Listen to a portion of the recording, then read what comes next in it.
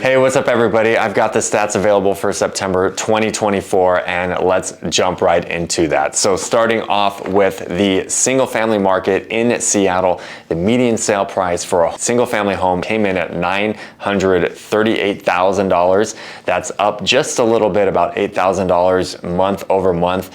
Year over year, barely up as well, about 1.3% there.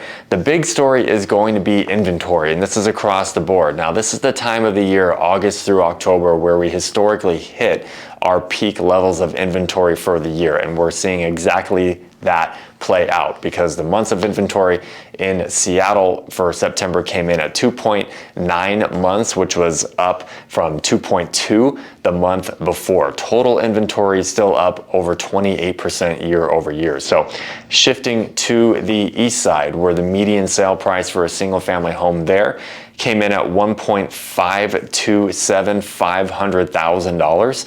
That is up 7% year over year and declined a little bit month over month from 1.55 million. Same story with inventory there, 1.87 months, which was up from 1.33 months the month before, and there's about 10% more inventory year over year. So not quite as much as what we see in Seattle. Now, looking over at King County as a whole, the median sale price there for a home came in at $950,000. That was up 5.6% year over year and down just $5,000 from the month before.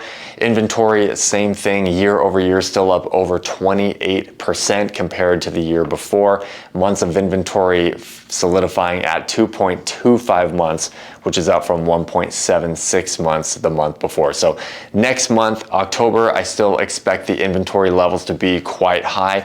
And then starting in November, we'll start seeing those drop pretty dramatically as we enter the new year. As far as the absorption rate statistic, kind of interesting on that, that registered the exact same level as to where we were 1 year ago, and it was actually up a little bit from month over month. So a little bit stronger demand compared to August of 2024.